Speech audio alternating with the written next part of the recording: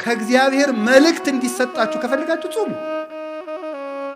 ደግሞ ሽልማት የሌለው ጾም የለም። እኔ በዚህ እርግጠኛ ነኝ። ሽልማት የሌለው ጾም የለም።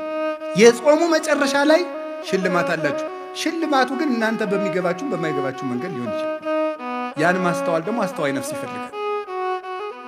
ከእግዚአብሔር ስጦታ እግዚአብሔር ምንድን ነው የሚለው?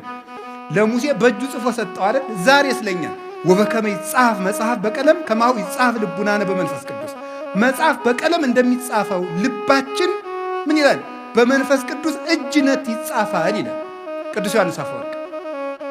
በመንፈስ ቅዱስ እጅነት ይጻፋል። ዛሬ እግዚአብሔር ልባችን እንዲጽፍበት እንዲቀርጽበት እነዚያ ቡሩካት እጆቹ ሰማይን አንጠልጥለው ያጸኑ ምድርና ሰማያትን ሁሉ የባረኩ እነዚያ የተባረኩ የእግዚአብሔር እጆች ቡሩክ እጅ ያ እጅ በልባችን እንዲጽፍ ከፈለጋችሁ ስጦታ፣ ጥበብ፣ ዕውቀት በህሊናችን ሰሌዳ እንዲጻፍ ከፈለጋችሁ ጾሙ። መደንቆር ከፈለጋችሁ ብሉ።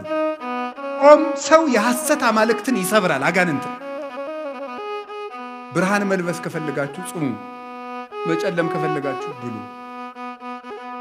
የሚጾም ሰው የብርሃን ልጅ ነው። ሙሴ ጾመና ምን አደረገ? ከእግዚአብሔር በአስሩ ጣቶቹ የተጻፈ ምን ሰጠው? ታቦት። አስደናቂ ንግግር ነው እኮ አላችሁ እንዴ!